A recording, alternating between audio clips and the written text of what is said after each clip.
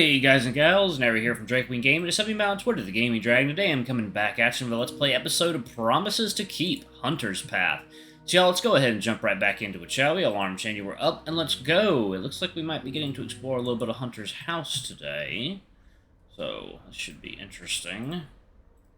Don't know if it's a good thing or a bad thing for Hunter himself. He's smiling, but inside he could be internally screaming. So, alright. Yeah, just a hunch. Here, come with me, you can wait inside. Alright. Come on, Leo, put some lightness in your voice, some pep in your step. Be normal. Lead the way. When we reach the front door, Hunter pulls out his phone and presses a paw pad to the screen. I hear the sharp click of the lock, followed by a mechanical whir. He pulls it open and steps through. Come on in.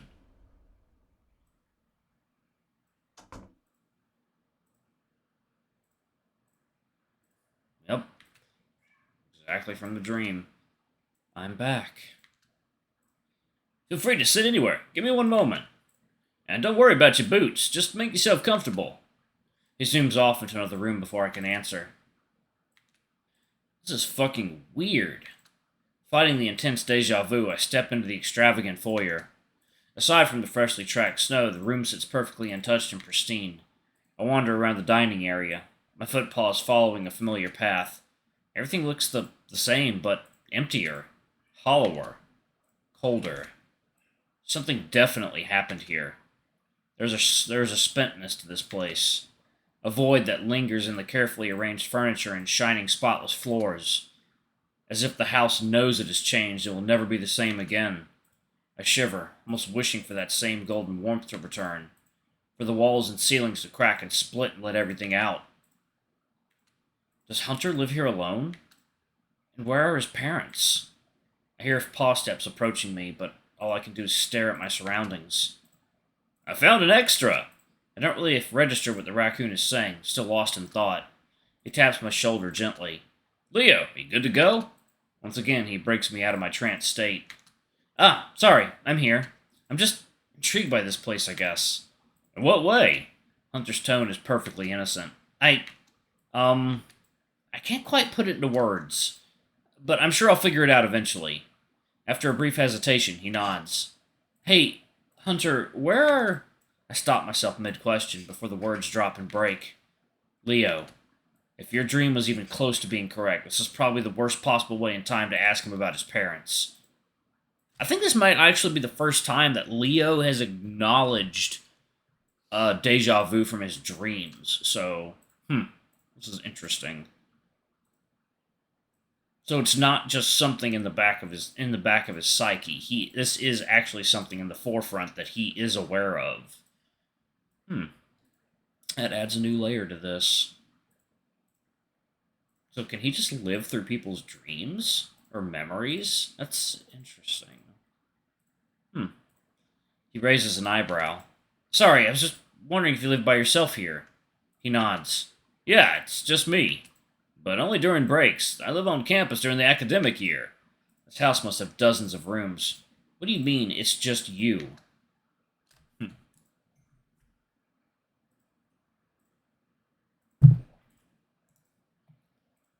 I picture Hunter dining at the massive table, every other seat vacant, walking the halls with only his paw steps echoing his company, like a king standing alone on a vacant chessboard.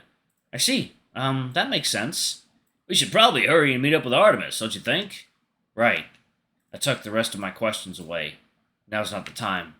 Sounds like a plan. Let's go. And with that, Hunter escorts us briskly back outside, just a little faster than when we came in. We once again enter the harsh winter storm, now armed with a shovel each. Hunter checks his phone for Artemis's address briefly, then slips it back into his pocket. I reach for his paw naturally, and he turns back to smile before starting off through the drifts.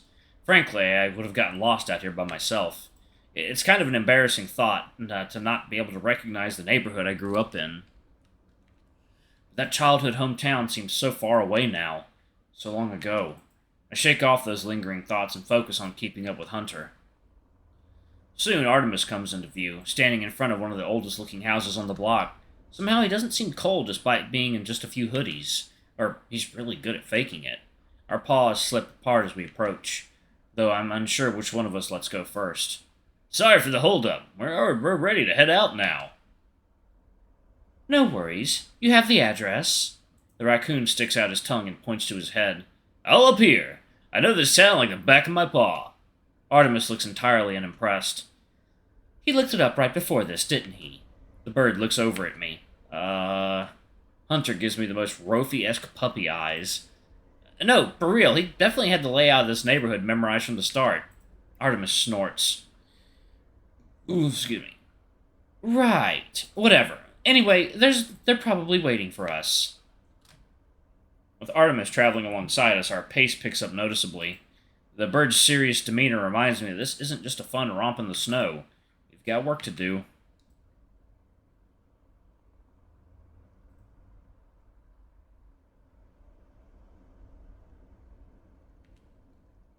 Oh, 1 second, y'all. It is coffee time. Alright, guys and gals, and we are back. Okay. Very quickly, we come up on Ollie, shoveling the driveway by himself. Despite his apparent aversion to cold, his progress was already remarkable. He's definitely done this many times before. Hunter bounds up to him with renewed energy, slinging the shovel over his shoulder. Where we dropping, boys? You did not just say that. Hunter scores a smile out of me, though, and he definitely notices. Hey, all. The dino pauses his work for a moment, slapping some caked snow from his gloves. Theo needs us to clear the driveway and maybe move the car, too. He's inside right now with Rofi, sorting out Diana's things. The plan is to carry her out, so we'll also need a good path across the street to number 30. We all turn to the opposite side of the road. Number 30 is pretty obvious, as it's the only lit-up house on the block. Great. Thanks, Ollie. Let's get started. Hunter is the first to interrupt. Really quickly, I think Leo and I should check in with the Robinsons first. We were the ones who called them this morning, so we should probably make sure everything is settled. He turns to Ollie. Theo didn't beat me to the Robinsons, did he? No, he went straight to Diana with Rofi. Great. He plants our shovels into the snow and starts clomping across the street, not waiting for me this time. I realize and start following him, calling over my shoulder to Ollie and Artemis. Oh, be right back! Why is he in such a hurry to do this now? Hunter plows across the street and up to the Robinsons' house. I barely catch up with him as he pauses at the door. Hunter? He lets out another long breath, preparing to mask up again. Yeah, just give a sec. I stand there quietly, waiting for him to finish. He shakes his head rapidly, then opens his eyes. Ritual complete. Okay, let's sort this out first. Before I reply, he knocks on the door. Yes? The same gruff voice from the phone grumbles out from behind the door. Good morning, it's Hunter, the individual you spoke to on the phone. Oh, yes. His tone smooths out immediately and the door swings open. The gruff, grumpy-looking groundhog can only be Tom Robinson. He looks angry at baseline. Sharp, beady eyes, a dipped, constantly furrowed brow, and a tense, forward-leaning posture, as if at any moment he might lunge. A demeanor completely at odds with his pristine, polite phone manner, the businessman's persona he's been putting on. He ignores me entirely and fixes his gaze on Hunter, scouring him with his eyes. You look much younger than I expected. Supposedly complimentary words spoken with an artful hint of disdain. He stiffly offers a paw. Tom Robinson. A pleasure. Hunter replies back evenly, gripping Tom's paw tight. I think I can almost see Tom wince when it happens. No, the pleasure is truly mine. Please, come in. Hunter pulls his paw back, ending the paw shake. I would love to, but most politely decline at the moment. We are currently working to clear out Miss Diana's driveway to make transport easier, and my support will be needed. Tom narrows his eyes, annoyance breaking through. I think we both see Hunter's game. Denying Tom the home field advantage and letting the frigid weather wear him down. I see, I'm just checking in prior to helping with Diana's move, to make sure that you're prepared to accommodate her. Is everything ready for her transfer?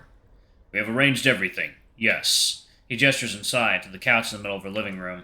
We'll have her stay here for the time being. Food and water will be provided, and there is a shower with a bathroom accessible in the downstairs area. Hunter nods.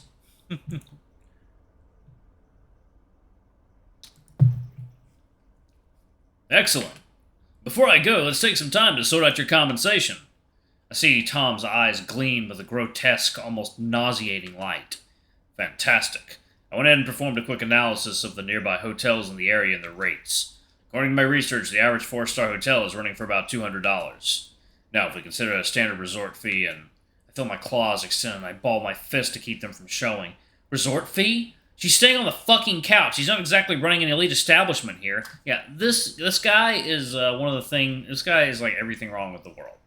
Like the main established ruling class. This is him. This asshole right here. Fucking conservatives. Thankfully, Hunter cuts him off. I appreciate your diligence in doing some research. How does $300 a night sound? I can arrange that at this moment for, say, the next 2 nights. Tom seems taken aback by how easily Hunter throws out that figure, but hides his surprise quickly. That sounds more than fair to me. Hunter produces a fancy-looking checkbook from his coat pocket. When did he slip that in, and rapidly fills it out? He removes the check with a loud, crisp tear and hands it to Tom. You'll find I've included a bit extra to cover any possible fees or inconveniences. Very kind of you.